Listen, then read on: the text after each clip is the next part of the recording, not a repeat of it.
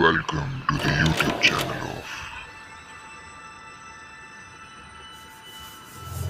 of Accounts का बाप। Hello guys, welcome back to the YouTube channel of Accounts का बाप, your one stop channel for all your accounting needs। आज हम करने वाले क्वेश्चन नंबर 7 जो कि पेज नंबर 118 पर मिलेगा आपको आपकी टेक्स्ट बुक के।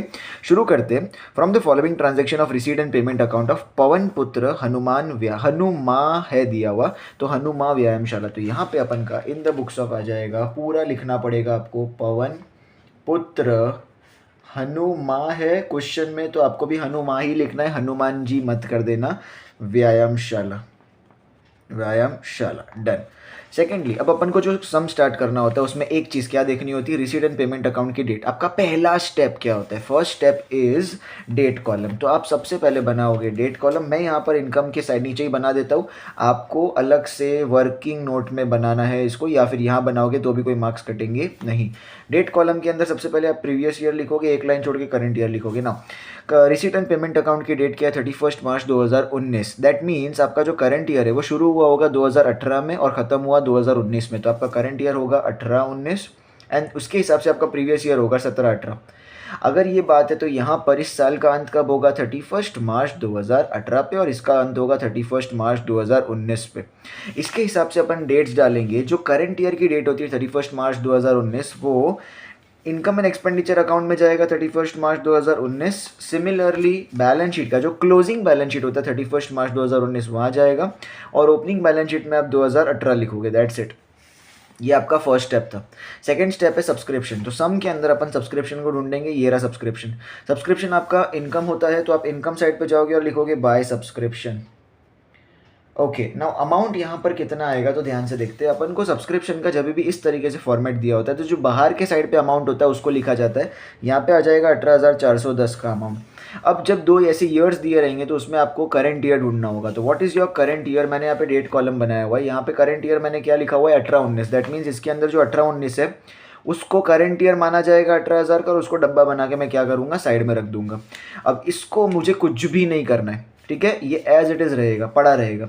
अब 19-20 कौन सा होगा? फ्यूचर ईयर या नेक्स्ट ईयर, जिसका पैसा मुझे अभी से मिल गया। तो ये एडवांस में मुझे पैसा मिल गया। कौन से ईयर के लिए एडवांस होगा? मेरे करंट ईयर के लिए। तो this is advance for current year. Now shortcut क्या था सर? शॉर्टकट ट्रिक भी यहाँ लिख देते। शॉर्टकट ट्रिक है आला, ओ ए ए सी पी सी पी। अगर ऐसा शॉर्टकट ट्रिक रखना है, और ये क्या है? Advance for current year. तो अगर एडवांस फॉर करेंट ईयर होगा, ये रहा एडवांस करेंट ईयर का, तो ये क्या हो रहा है? एल, एल मतलब लेस। तो यहाँ पे से आपको क्या करना होगा? लेस करना होगा। Advance for current year, advance for current year, और अमाउंट उसका कितना है सर? अमाउंट है उसका 410, तो यहाँ से 410 माइनस कर दूंगा। अब इसका सेकंड इफेक्ट कहाँ डालूंगा मैं? तो एडवांस इनकम। एडवांस में अगर आपको इनकम मिल गई तो वो आपके लिए बोझ है, लायबिलिटी। और करंट ईयर है तो ये मैं क्लोजिंग बैलेंस शीट में जाऊँगा। लायबिलिटी साइड पर क्या लिखूंगा? थोड़ी सी जगह छोड़कर advance subscription, advance subscription and the amount is 410 रुपया, सीधा बाहर आ जाएगा। अब इधर कहीं पे भी सब्सक्रिप्शन कुछ भी नहीं होगा, सीधा नीचे जाते। जब भी आपको इस तरीके का कोई भी सेंटेंस दिख जाए तो आपको मस्त उसके नीचे ऐसे अंडरलाइन करना है, बिकॉज इसका मतलब क्या रहता है? There are 500 members paying an annual subscription of 50 rupees each. देखिए 500 मेंबर है और एक बंदा 50 रुपया दे रहा है, तो 5 फाइजा होता है 25, और ये 3 जीरो में लगा दूंगा तो कितना अमाउंट बनता है? 25,000। इसका ये जो अमाउंट आता है ना, ये अमाउंट को आपको क्या करना है? सब्सक्रिप्शन में जाना है, एक लाइन छोड़ के ये 25,000 का अमाउंट एग्जैक्टली बाहर लिख देना है। अब आपको कंपेयर करना है। अब इसके अलावा आपको देख लेना है पहले कि कुछ और सब्सक्रिप्शन के बारे में दिया है क्या, तो नहीं, और कहीं पे भी कुछ भी नहीं दिया हुआ। दैट्स इट, आपको इतना ही दिया था। अब क्या करना है आपको? कंपेयर। कंपेयर का मतलब क्या है? देखो 18,410 में से 410 माइनस कर दूँ तो बचेगा कितना? 18,000। That's it. अब 25,000 ये जो बाहर का अमाउंट होता है उसका मतलब होता है ये इतना आपको मिलना चाहिए था इस साल पूरा सब्सक्रिप्शन से, और उसमें से ये अमाउंट क्या है जो एक्चुअली में आपको मिला है? तो 25,000 मिलना चाहिए था, जिसमें से 18,000 आपको एक्चुअली में मिल गया। तो अभी और कितना मिलना बाकी है? 7,000 मिलना बाकी है। सर अगर ये मिलना बाकी है तो इसका मतलब ये आउटस्टैंडिंग है।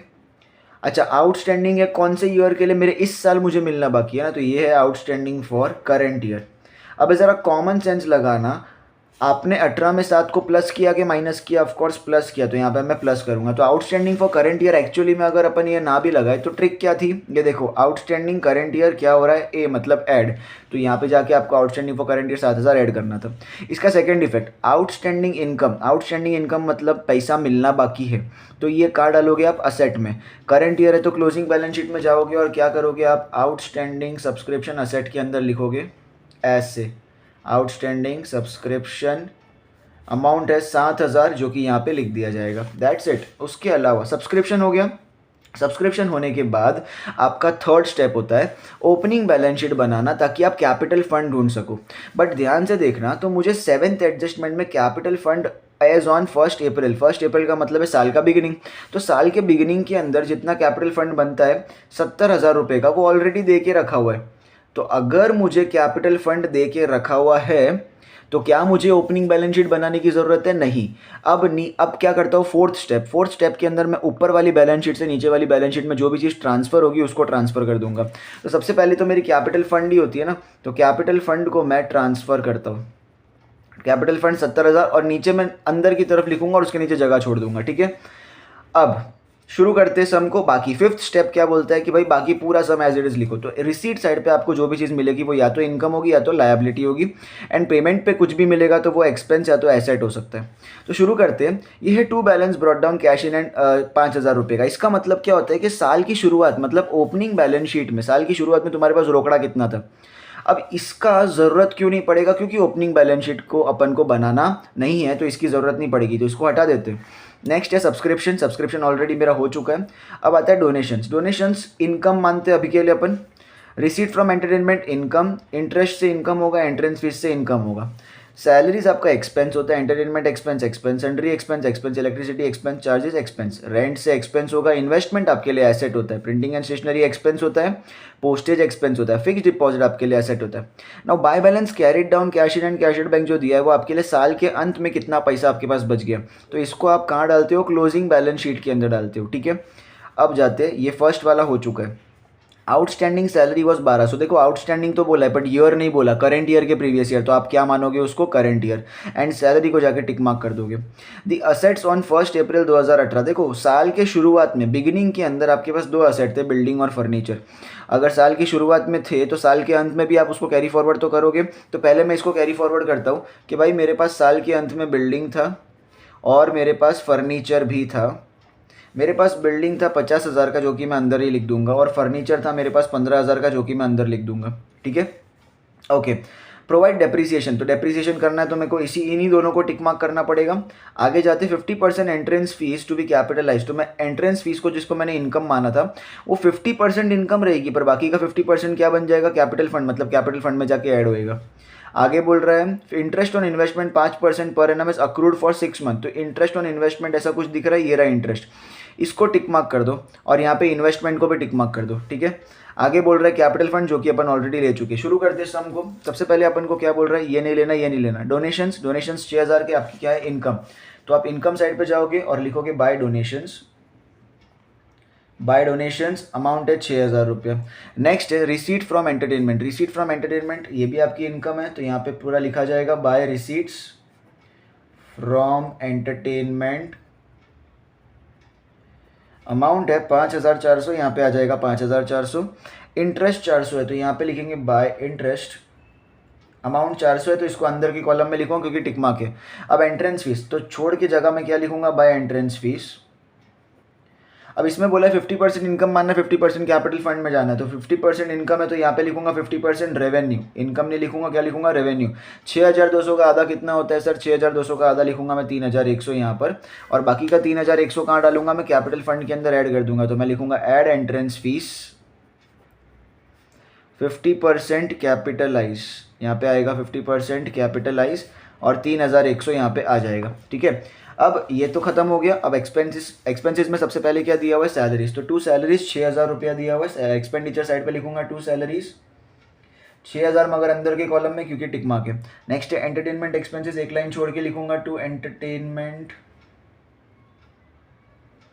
Expenses and the amount will be 2,480 बाहर के कॉलम में।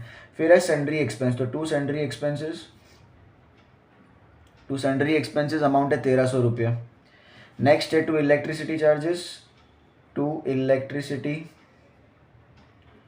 चार्जेस अमाउंट है 1200 रुपया, यहाँ पे 1200 रुपया आ जाएगा। उसके बाद है रेंट का 700 रुपया, तो रेंट का 700 रुपया भी यहाँ पे आएगा, टू रेंट 700 बाहर के कॉलम में। अब है इन्वेस्टमेंट, इन्वेस्टमेंट आपके लिए एसेट होता है, तो बैलेंस शीट के अंदर एसेट में जाऊँगा, थोड़ी जगह छोड़ के लिखूँगा इन्वेस्टमेंट, और इन्वेस्टमेंट 15,000 का है यहाँ पे, ये 15,000 मैं अंदर के कॉलम में लिखूँगा, ठीक है, क्योंकि टिक मार्क है। अब प्रिंटिंग एंड स्टेशनरी 800 रुपये की है, तो इधर मैं to printing and stationery expenditure side पे, to printing and stationery amount है 800, सीधा बाहर के कॉलम में आ जाएगा। अब है पोस्टेज 3,200 का, तो यहाँ पे आएगा एक्सपेंडिचर में टू पोस्टेज 3,200। अब नेक्स्ट है फिक्स डिपॉजिट, फिक्स डिपॉजिट आपके लिए क्या होता है, एसेट, तो एसेट साइड पे इन्वेस्टमेंट के नीचे जगह छोड़ के फिर लिखेंगे अपन फिक्स डिपॉजिट, और फिक्स डिपॉजिट का अमाउंट है 3,900, इस पर कुछ भी नहीं है, इसको अमाउंट बाहर लिख देंगे। नेक्स्ट है cash in hand cash at bank, ये भी आपके लिए एसेट होता है, तो cash in hand cash at bank and the amount is 830 और इसका 6,000, ये लिख दिया। अब जाते हैं नीचे, सब्सक्रिप्शन हो चुका है, आउटस्टैंडिंग सैलरी 1200, ये क्या है, आउटस्टैंडिंग फॉर करंट ईयर। देखो आउटस्टैंडिंग फॉर करंट ईयर क्या होता है, आउटस्टैंडिंग करंट ईयर होता है ए मतलब ऐड, तो मैं सैलरीज में जाऊंगा और लिखूंगा add outstanding, add outstanding for, पूरा लिखने का कोई कंजूसी नहीं, add outstanding for current year, और अमाउंट है सर 1200 रुपये, ये रहा 1200 रुपया, तो 6,000 में 1200 आएगा, तो 7,200 बाहर की तरफ।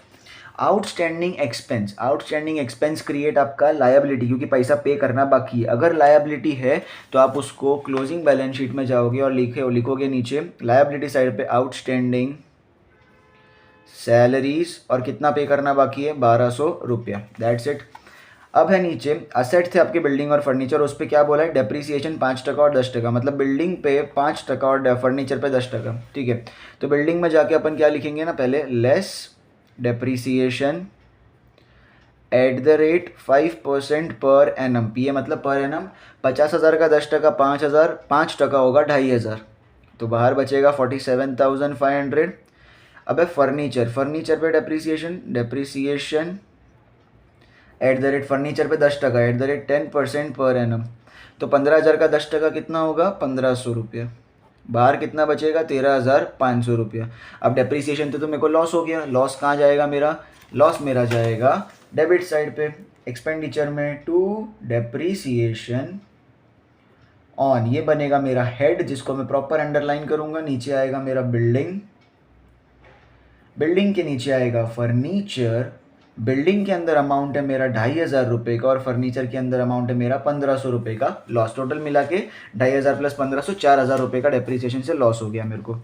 एंट्रेंस फीस हो चुकी है 50%। अब interest on investment 5% per annum is accrued for 6 month, इसका मतलब क्या है, देखिए मेरा इन्वेस्टमेंट कितना है, 15,000 का, तो यहाँ पर कैलकुलेशन कर रहा हूँ, 15,000 का इन्वेस्टमेंट है, जिसके ऊपर 5% मुझे इंटरेस्ट मिलने वाला है 6 महीने के लिए, तो 6/12, तो 2 से 2 0 गया, 6 1 जा 6 2 जा 2 1 जा 150 का आधा कितना होता है, 75 इंटू 5, 75 इंटू 5, 5 5 जा 25, 7 5 जा 35, 35 प्लस 2 37, मतलब 375 रुपये का इंटरेस्ट मुझे और मिलने वाला है। तो यहाँ पर क्या हो जाएगा ना, 375 रुपये का इंटरेस्ट, इसमें अक्रूड मतलब आउटस्टैंडिंग, अक्रूड वर्ड का मतलब लिख दो उधर, आउटस्टैंडिंग मतलब मिलना बाकी है, तो यहाँ पे क्या होगा, ऐड आउटस्टैंडिंग, क्योंकि मिलना बाकी है, तो add outstanding interest at the rate 5%, तो कितना बाकी है, 375, तो ये बाहर कितना आ जाएगा, 15,375 रुपया। अब अगर ये इन्वेस्टमेंट पे इंटरेस्ट मुझे मिलने वाला है, तो मतलब ये तो मेरे लिए एसेट होगा या एक तरह की इनकम होगी, और इनकम होगी तो कहाँ जाऊँगा मैं, इस इंटरेस्ट में जाके क्या कर दूंगा, ऐड अक्रूड इंटरेस्ट या आउटस्टैंडिंग इंटरेस्ट भी लिख सकता हूँ, दोनों में से कुछ भी लिख सकता हूँ, एट द रेट 5%, कितना 375 रुपीज़ का, तो बाहर कितना आ जाएगा, 775 रुपीज़, दैट्स इट। अब उसके अलावा यहाँ पे कुछ भी करने की ज़रूरत नहीं, कैपिटल फंड आपको दे रखा था, तो बस इसी के साथ ये सम हुआ समाप्त, परंतु टैली करना बाकी है, फटाफट टैली करते। चलो, एक मस्त पीस ऑफ पेपर लेने का और उसके अंदर करने का, इधर गिच पिच कुछ भी गंदा करने का नहीं। 25 प्लस 5 कितना हो गया, 30 प्लस 6 36, 36,400 को मैं साइड में रखता हूँ।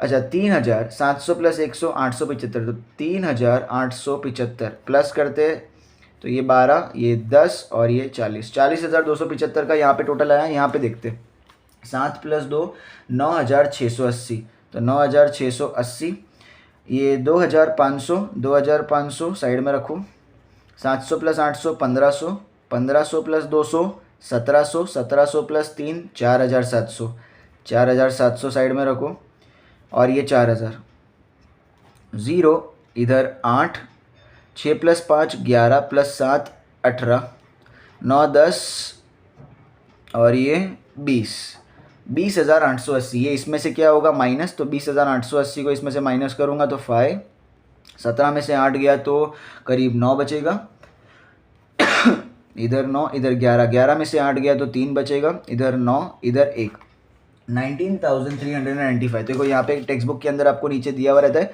सरप्लस का अमाउंट, तो 19,395 इनका आ रहा है और अपना भी उतना ही आ रहा है 19,395। तो मेरा हैवी अमाउंट क्या है 40,275, जो कि मैं क्या करूँगा बोथ साइड्स लिखूंगा, तो 40,275 will be written on both sides 275, and इसके अंदर से माइनस करके 19,395, तो 19,395 ये मेरा क्या होगा सरप्लस। क्योंकि मेरा क्रेडिट साइड हैवी था तो यहाँ प्रॉफिट नहीं लिखा जाता, सरप्लस लिखा जाता है, तो यहाँ पे लिखेंगे टू सरप्लस, और नीचे क्या लिखा जाएगा excess of income over expenditure, excess of income over expenditure. Surplus जब भी आएगा तो वो कैपिटल फंड में जाके क्या हो जाएगा ऐड हो जाएगा, ऐड सरप्लस 19,395, लास्ट में इन सबको प्लस करते तो 73,100, तो 73,100 और 19,395, 594, 9 + 3 12, 7 8 9, 92,495, तो 92,495 यहाँ पे आया। लास्ट में इनको टोटल करूँगा तो 1200 + 410 1610, इसमें 1610 ऐड हो जाएगा तो 5 ये 10 10 11 2 3 4 और ये 94,105 का यहाँ पे टोटल अमाउंट आ रहा है। So let's see asset side पे आता है कि नहीं। 47 + 7 कितना होता है 54, 54,500, 54,500, 13,500, 13 + 15 हो गया 28, 28,875, तो 28,875। ओके 3,000 + 6,000 9,900, 9,900 और ये 830, तो यहाँ पे आएगा 5, 7 + 3 10, 9 1 10 10, 15, 15 + 8 23, 23 + 8 हो गया 31, 3 4 7, 7 + 8 15, 15 + 9 होता है 24, 7 8 9, 94,105। देखो दोनों अमाउंट सेम आ गया, मतलब मेरा ये सम हो गया टैली, झकास सम हो गया टैली। तो लास्ट में आपको क्या लिखना है, बैलेंस शीट है ना, ये बैलेंस शीट है तो आपको यहाँ पे लिखना पड़ेगा कैपिटल लेटर में टोटल इन रुपीस, टोटल इन रुपीस। इसी के साथ ये सम होता है आपका क्वेश्चन नंबर 7 समाप्त। आई होप आपको ये पूरा वीडियो अच्छा लगा हो, समझ में आया हो, कॉन्सेप्ट क्लियर हुआ हो। अगर अच्छा लगा हो तो लाइक शेयर और सब्सक्राइब का बटन ठोक देना। मिलते हैं अगले वीडियो में, तब तक के लिए बाय बाय।